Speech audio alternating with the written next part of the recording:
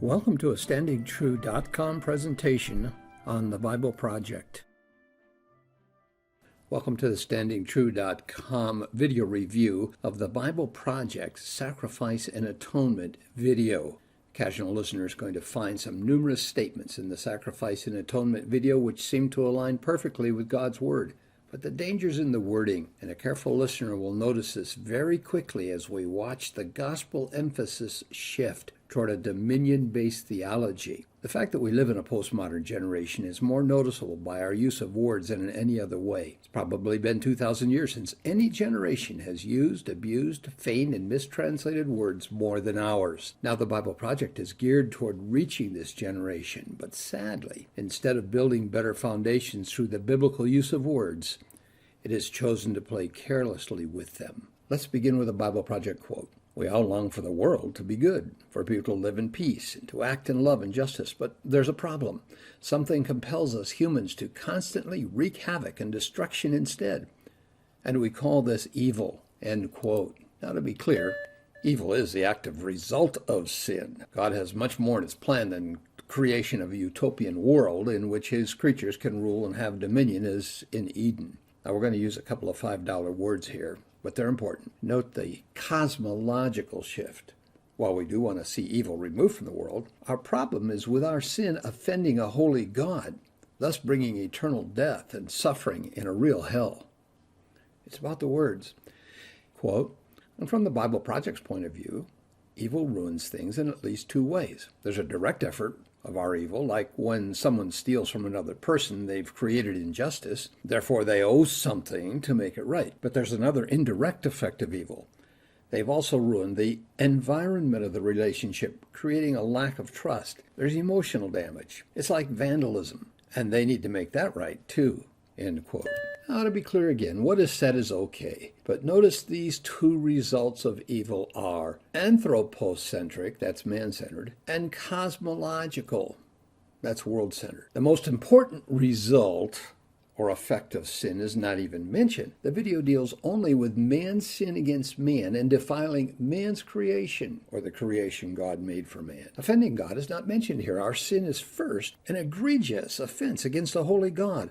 Atonement and sacrifice relate first and foremost to the satisfying of the wrath of God regarding our sin. Now, the video goes on. The question is raised, how is God going to get rid of evil in a world without getting rid of us, without getting rid of me? The answer is through animal sacrifice. Quote, so remember, I'm a contributor to evil that's in the world. I should be removed. But God is allowing this animal's life to be a substitute. It's symbolically dying in my place. Now, the biblical word for this is atonement, which means to cover over someone's death. Well, to be clear, this sacrificial animal did not symbolically die in anyone's place. It pointed to a coming sacrifice who would die in our place. The Israelites' conscience was cleared by bringing the sacrifice, but that symbol itself had no efficacy.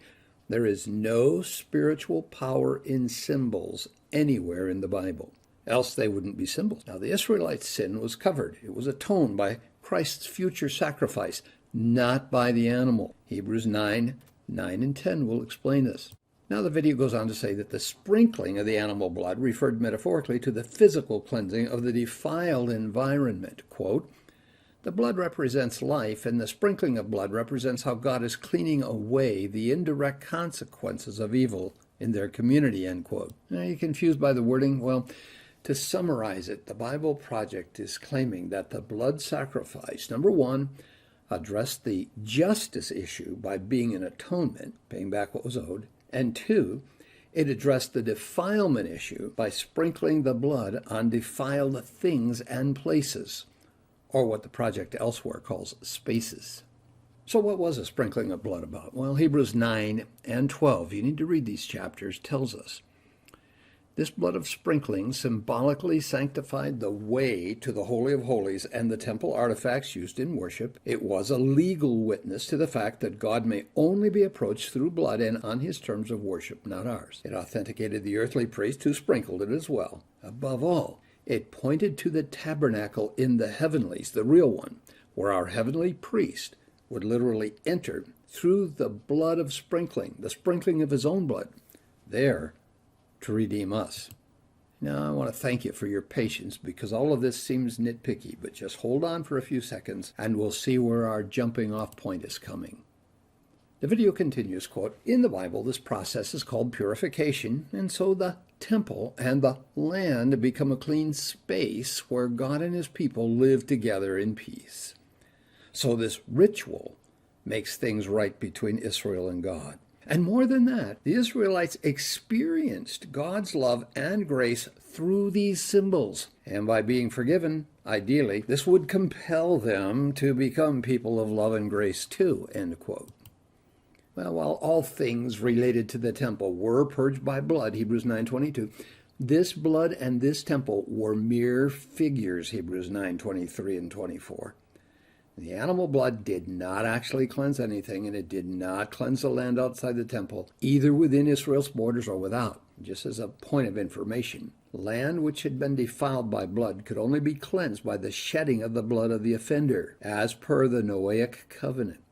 The land could not be cleansed through sacrifice. Blood sprinkling inside the temple had nothing to do with purifying the land outside the temple, but let's leave that alone. So are the symbols and rituals a means through which God's love and grace are experienced? There's the rub. Well, was part of this correct? Any time we obey any specific command of God, he graces us and blesses us.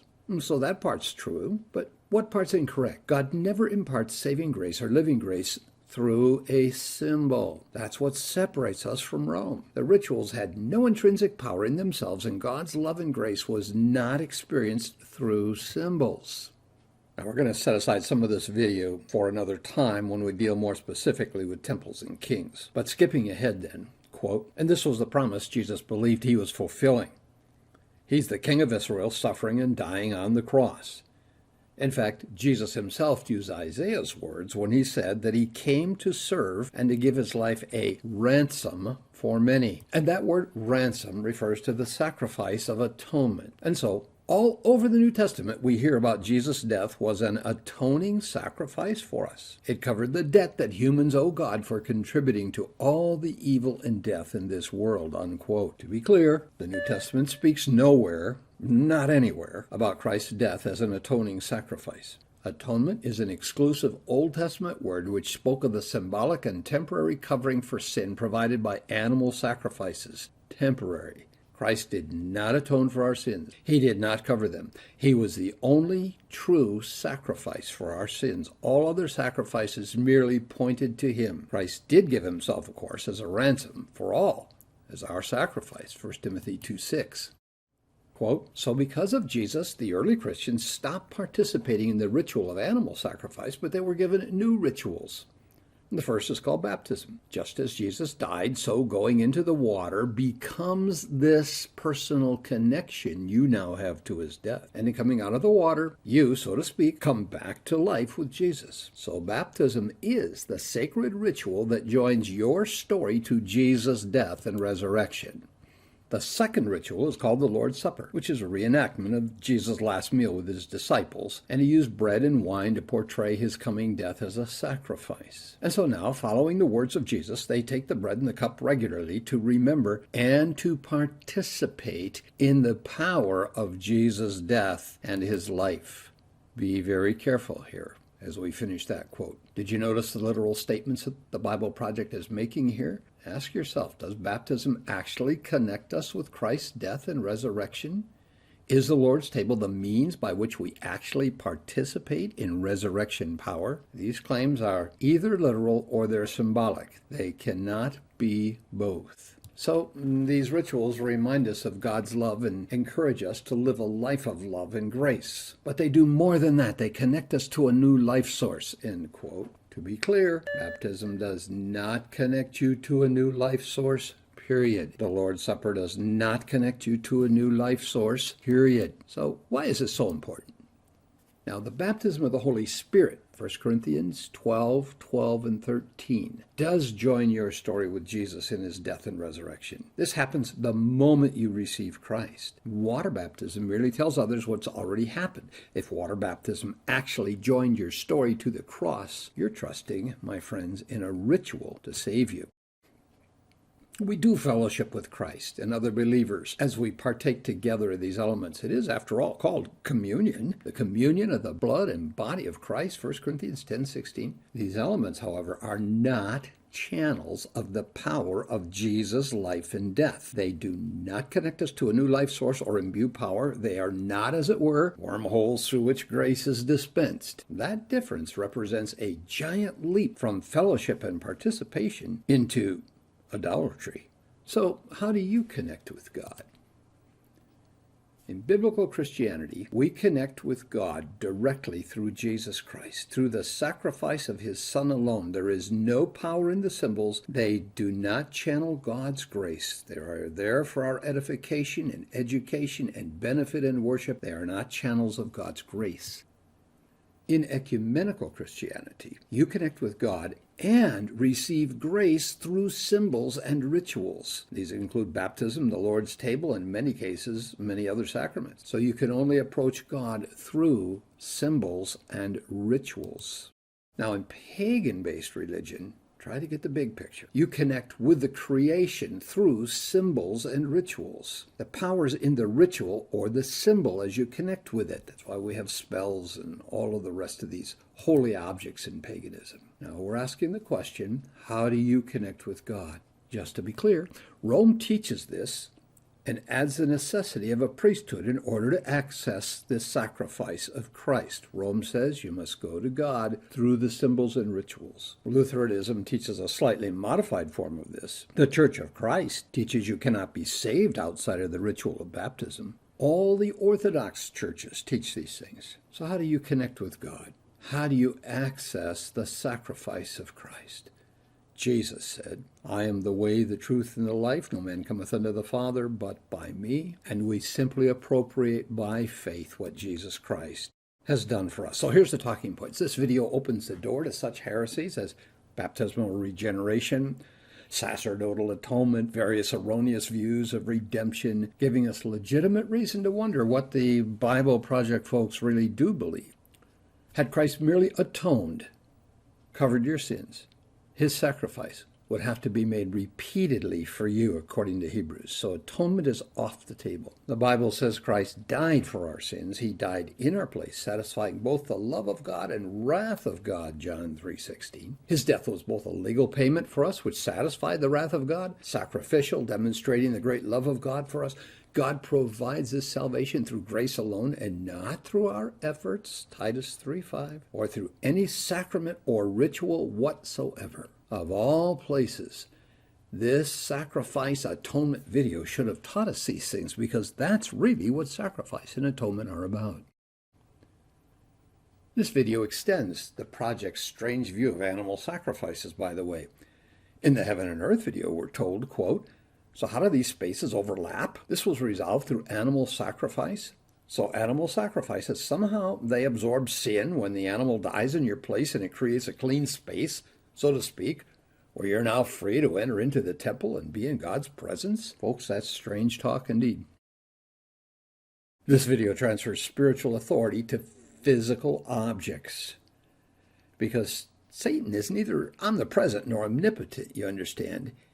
He has to substitute symbols and rituals as a means and source of implied power and invoking his power. Now, pagans used a wide range of such physical symbols, including idols, crystals, talismans, wands, sacred places, and so forth, as a means through which they would have us think power and authority are channeled. Now, we do not and cannot connect with God through physical objects, such as bread and wine. Finally, sadly, this video would be equally welcomed in any ecumenical context, including Rome, Lutheranism, Church of Christ, and even some cultic groups, so be careful. It simply does not address the core elements of atonement. So, does this video qualify as a gateway to heresy? Satan has a counterfeit program to unite heaven and earth under himself, and it runs a mirror image program opposite of God's program. We understand that. And paganism is by far the purest expression of Satan's program, because Satan is neither omnipotent nor omnipresent.